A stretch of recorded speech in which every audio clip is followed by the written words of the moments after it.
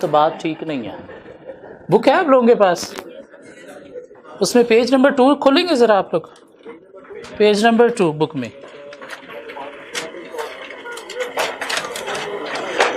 आपको इस पेपर के साथ जो रियलिटीज़ हैं, मीन इस पेपर की जो औकात है आई कैप रिजल्ट्स में, वो देखते हैं। सभी ऑटम 2019 का रिज़ल्ट अभी आएगा 12 नवंबर को, तो हम फिल करेंगे कितने परसेंट रिज़ल्ट रहा। तो मेरी एक्सपेक्टेशंस हैं अबाउट 30% रिज़ल्ट होगा आई कैप का। उससे पिछला आई कैप का रिज़ल्ट था 36%। इन इस पेपर में सिर्फ 36% स्टूडेंट पास हुए थे, अबाउट 64% स्टूडेंट फेल हो गए थे। हमारी क्लास का रिजल्ट था तब 72%।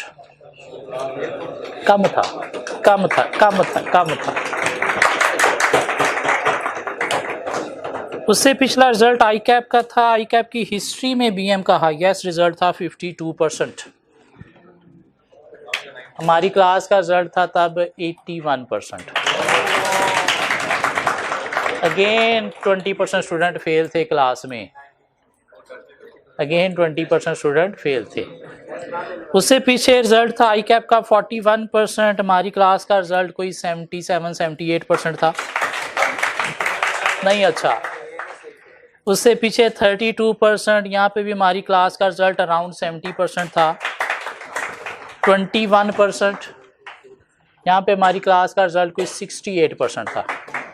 मतलब हमारी क्लास का रिजल्ट कोई 65 to 80% रहा है। आई कैप का result 20% to 35% on average, 20% to एक दफ़ा 50 प्लस गया है, otherwise 35, 23, 21, 27 mean 20% to 35% on average रहा है। मीन पास होने वाले स्टूडेंट बहुत कम, फेल होने वाले स्टूडेंट आई कैप में उनसे double, sometime 20% result mean fail होने वाले 80%, 21% रिजल्ट फेल होने वाले 79%। मीन फेल होने वाले स्टूडेंट बेतहाशा हैं, पास होने वाले थोड़े कम स्टूडेंट हैं। आपको कोशिश करनी है पेपर पास करने के लिए through out this session passing student में रहना है। कैसे पासिंग स्टूडेंट में रहना है? रेगुलर बेसिस पे क्लास में आके और टेस्ट में 75% मार्क्स मेंटेन रख के। एक दिन भी अगर आप फेलिंग स्टूडेंट में गए तो नंबर में बेतहाशा है, उनके पास एंटरटेनमेंट्स चार्म्स भी बेतहाशा है, आपको अपने पास बिठा लेंगे, आजा तेरा इंतज़ार था। आप उठने लगोगे कि नहीं मुझे उधर जाना है, उठा यार जाना, अभी तो आया है, चला जाए, क्या हो गया? फिर उठने लगोगे, ओ ठहर जा, चला जाए। पर एंड पे जब रिजल्ट आएगा किधर पाए जाओगे? उन्हीं एंटरटेनमेंट्स, उन्हीं चार्म्स के साथ, उनमें ही। क्यों? नंबर में बेतहाशा है, नंबर में बेतहाशा है तो एंटरटेनमेंट्स भी उनके पास बेतहाशा है। इसलिए कोशिश करनी है हमें थ्रू आउट दिस सेशन उन स्टूडेंट्स में एक दिन भी नहीं जाना। एक दिन भी जाओगे चिमट जाएंगे आपके साथ, छोड़ेंगे नहीं आपको, और फिर आप उधर ही पाए जाओगे। हमारी क्लास का रिजल्ट हमने बड़ी कोशिश की 80% से ऊपर नहीं गया। क्यों? 20% स्टूडेंट क्लास में ऐसे होते हैं जिनके अंदर बचपन से ही गंदे जरासीम हैं, छुट्टियों वाले, जिनकी वैक्सीनेशन पूरी दुनिया में कहीं पे इजाद ही नहीं कर सका। बड़ी कोशिश की मैंने भी, लेकिन नहीं हो सका। आज भी क्लास में नहीं है, हालांकि आज मंडे है, उसके बावजूद वो आज क्लास में नहीं है। क्या ख्याल है? सो कोशिश करनी है हमने पेपर पास करने के लिए। सिंपल टेक्निक क्या है? रेगुलर बेस पे क्लास में आना। क्लास में आते रहोगे, पेपर पास, टेस्ट आप ऑटोमेटिकली दे दोगे। क्यों? टेस्ट नहीं दोगे तो फ़ाइन पे करोगे। फ़ाइन से बचने के लिए क्या करना पड़ेगा? टेस्ट देना पड़ेगा। हाँ, जब क्लास छोड़ोगे तो फिर टेस्ट तो दोगे ही नहीं, और जब क्लास छूट गई, टेस्ट नहीं दिया, तो फिर फ़ाइन से बचने के लिए आप और क्लासेस छोड़ोगे। और यूँ छोड़ते छोड़ते काफ़ी सारे वीक छोड़ना पड़ जाएंगे, और जब एक आध वीक छोड़ दोगे आप तो पेपर आपका इजीली फेल हो जाएगा। सो आई कैप का रिजल्ट है अबाउट 20 to 35%, हमारा रिजल्ट है अबाउट 65 to 80%। जब हम कोशिश करेंगे कोई 80% पे दोबारा मेंटेन करने की, लास्ट टाइम 72% पे चला गया था, इसलिए हम कोशिश करेंगे ये 20 सेशन फाइन सेशन थोड़ा रेगुलर रूटीन में चलाते रहेंगे, जिससे हमारा रिज़ल्ट बेहतर मेंटेन रहेगा। ठीक हो गया, क्योंकि कोशिश है आपका ये पेपर इसी अटेम्प्ट में पास हो जाए।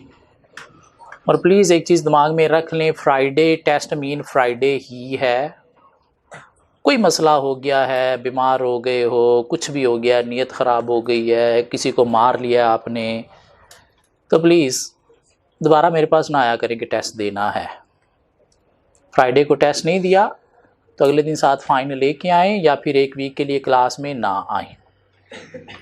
ठीक हो गया। किसी एक को मैं रिलैक्सेशन देता हूँ, 2 और आ जाते हैं, वो उसको मिल गई, चलो हम भी चलते हैं, वो फिर इस तरह से ख़राबी हो जाती है, स्टूडेंट फेल होना शुरू हो जाते हैं।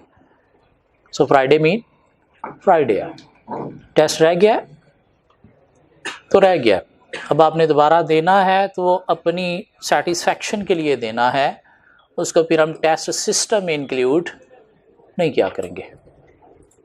चैप्टर 2 में वापस आ गए, नाम हमने रखा था business environment. Business environment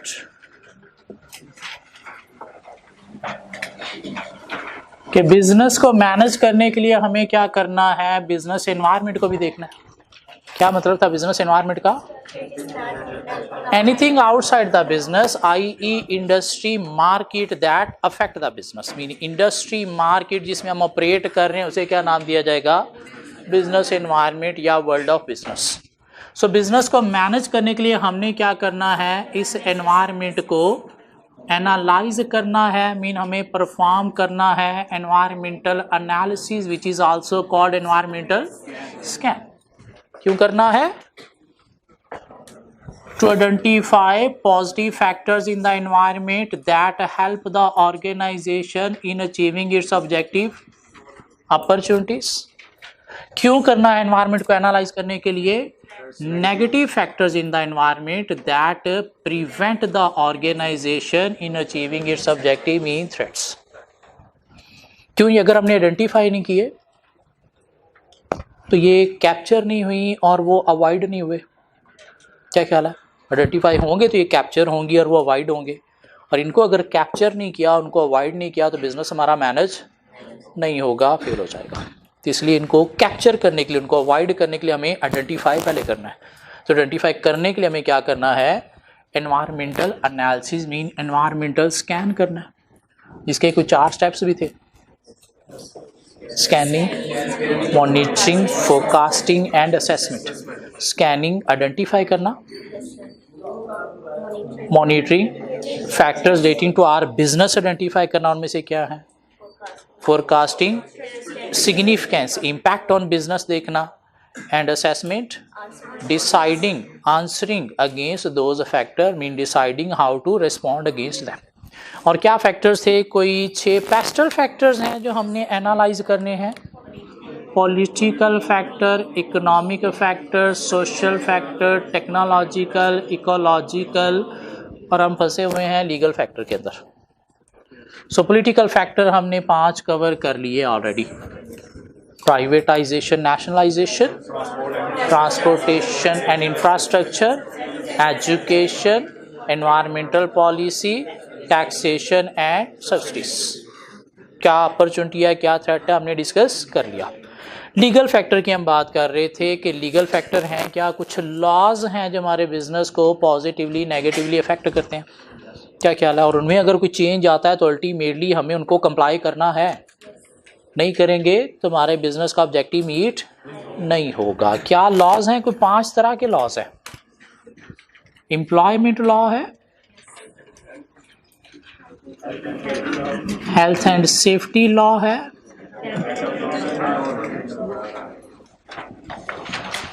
data protection law है,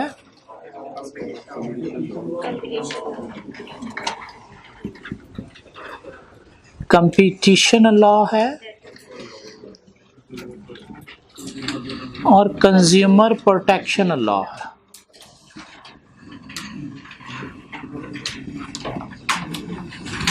लॉ डिफाइन कौन करता है? तो 3 sources of law national government define करती है, लाइक कंपनीज एक्ट 2017, लोकल और regional government due to independent state या authority transfer delegated by national government अपने लॉस खुद से डिफाइन कर सकती है, लाइक पंजाब गवर्नमेंट, आज़ाद जम्मू व Kashmir government.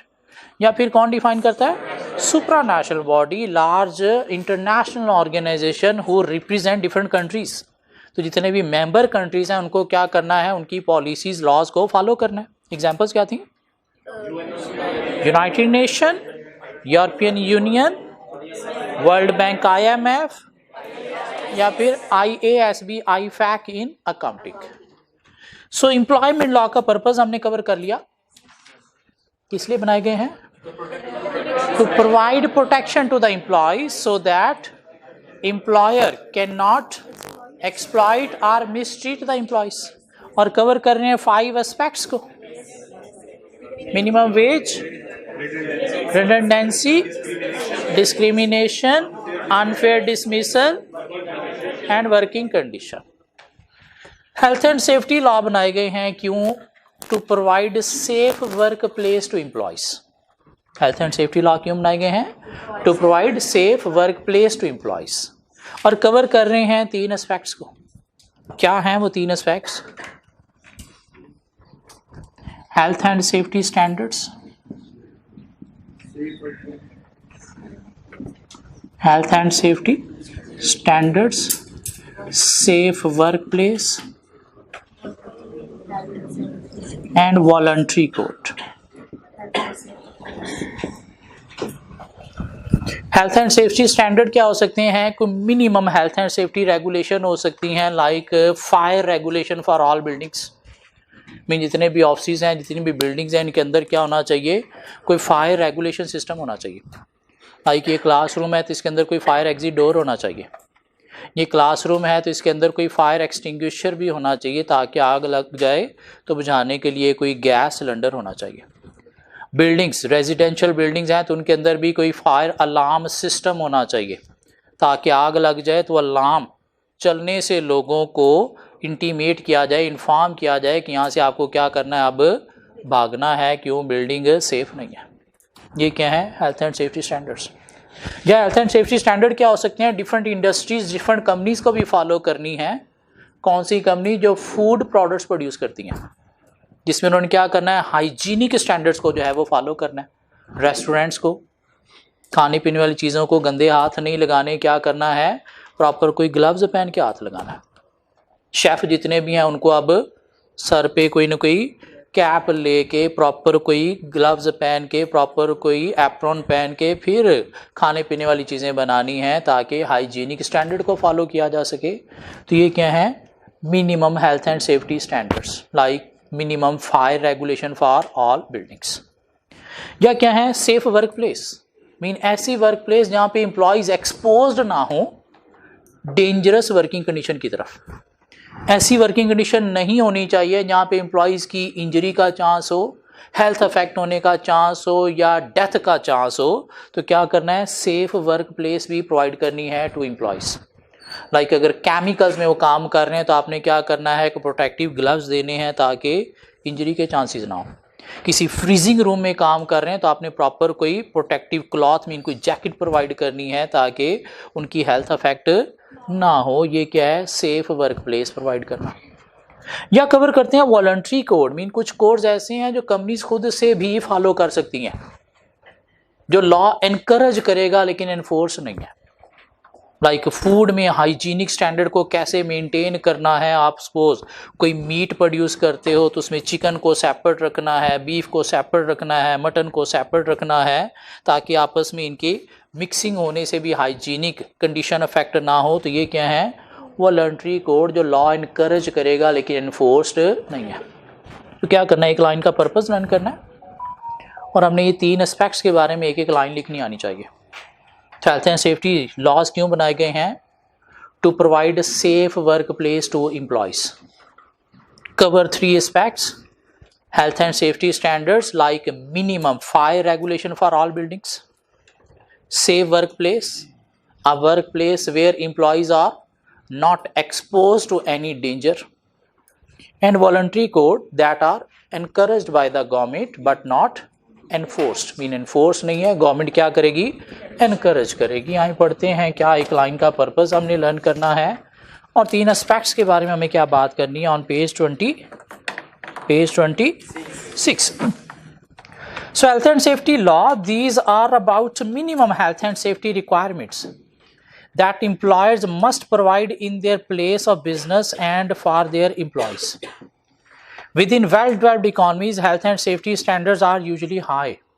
Well-developed economies, Pakistan नहीं, बाहर के कंट्रीज़ में थोड़े स्टैंडर्ड ये हाई हैं। हाँ, वो पाकिस्तान में भी थोड़ी रेगुलेशन इनकी स्ट्रिक्ट की जा रही है। These regulation can impose significant requirement on employers and the legal consequences of failure to comply with the regulations could be serious for the company, director and managers. इन अगर फॉलो नहीं करेंगे तो serious consequences face करना पड़ेंगे, fines penalties भी होंगी, business ban भी हो सकता है, लॉक भी हो सकता है, इवन कंपनी डायरेक्टर मैनेजर्स को इम्प्रिजनमेंट भी हो सकती है। In a company board of director has the ultimate responsibility for health and safety at work. Main responsibility किसकी है? पॉलिसीज बनाना और कंप्लाई करवाना top management board of directors की। और कवर कर रहे हैं 3 एस्पेक्ट्स को। Safe workplace, it's a workplace where employees are not exposed to unreasonable physical danger or unreasonable risk to their health. This is also means a workplace where employees are not subject to discrimination or bullying. ये bullying क्या होती है? टांगे खींचना, mean लोगों को जो है वो तंग करना, तो ये भी क्या है? Health and safety mean safe workplace नहीं है। Risk to health and safety should be reviewed regularly. Mean health and safety पे क्या क्या रिस्क हैं, क्या क्या मसले आ सकते हैं, वो मैनेजमेंट को रेगुलर बेसिस पे रिव्यू करना चाहिए bye means of formal risk assessment procedure. Risk assessment procedure mean आपने देखना है कि कोई रिस्क के चांसेस तो नहीं, अगर हैं तो उनको इम्प्रूव करना है। कवर कर रहे हैं health and safety law, health and safety standards को। Refer to detailed regulation specifying the minimum health and safety standard in particular type of industry और business premises. For example, minimum fire regulation for all building for work. Regulation in particular industries such as transport, food processing, building and construction and chemical processing, जिनको ये standards ज़्यादा follow करने हैं। हाँ, service business को शायद इतने ज़्यादा फॉलो नहीं करने जितना प्रोडक्शन कंपनीज को फॉलो करने हैं। And voluntary health and safety codes, there might also be voluntary codes that the government encourage but does not enforce as a legal requirement.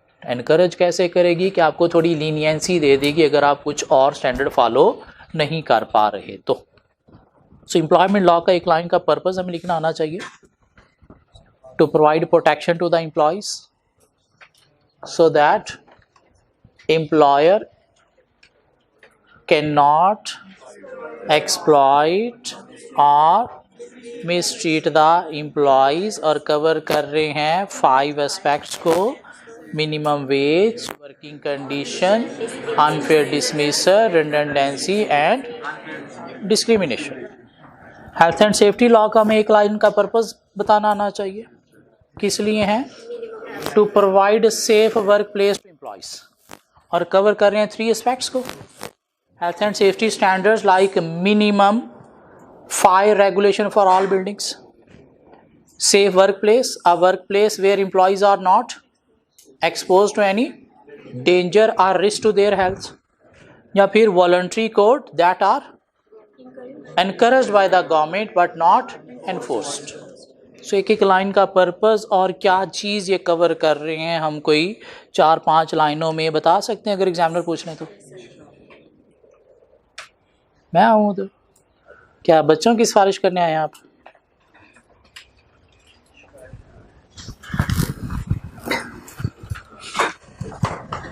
इस वीक में बच्चों को जरा चांस दे दें, इस वीक में बच्चों को चांस दे दो। इस वीक में देते हैं। मैंने वैसे उनको कहा कि इनको नोट करने, अगर इनमें से किसी ने पिछले टेस्ट भी नहीं दिए गए तो कल आप मुझे और नेक्स्ट वीक में अगर ना दे तो गोली मार दूं, चल जाएगा? अब जाएंगे तो पैनाडॉल, चले दे दे चांस।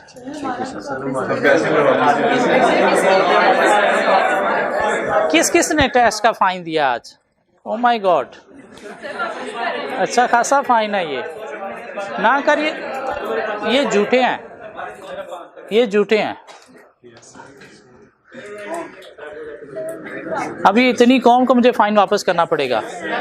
जिन बच्चों ने तो पिछले टेस्ट साथ में दिए हैं उनके तो पैसे रिफंड हो गए। चलें जिन्होंने ठीक, पिछले टेस्ट भी नहीं दिए हुए उनके फाइन रिफंड नहीं होगा। इनमें से भी यही रूल होगा, इनको भी वो चेक कर लेगा कि किस किस बच्चे ने पिछले पैसे दिए हुए थे टेस्ट। चलो जो हैबिचुअल है उसे हम माफ़ नहीं करेंगे। हाँ जी, उसको नहीं हम करेंगे। चलें, डन हो गया, मिल जाएंगे, वापस मिल जाएंगे।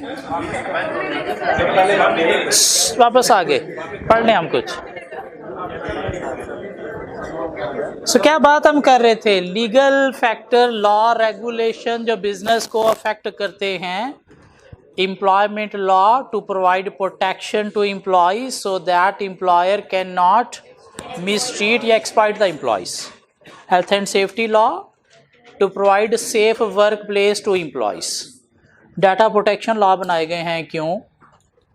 To protect the individual data. Mean आपका जो डाटा है इंडिविजुअल, अगर आपने किसी को दिया है तो उसे प्रोटेक्ट करने के लिए बनाए गए हैं।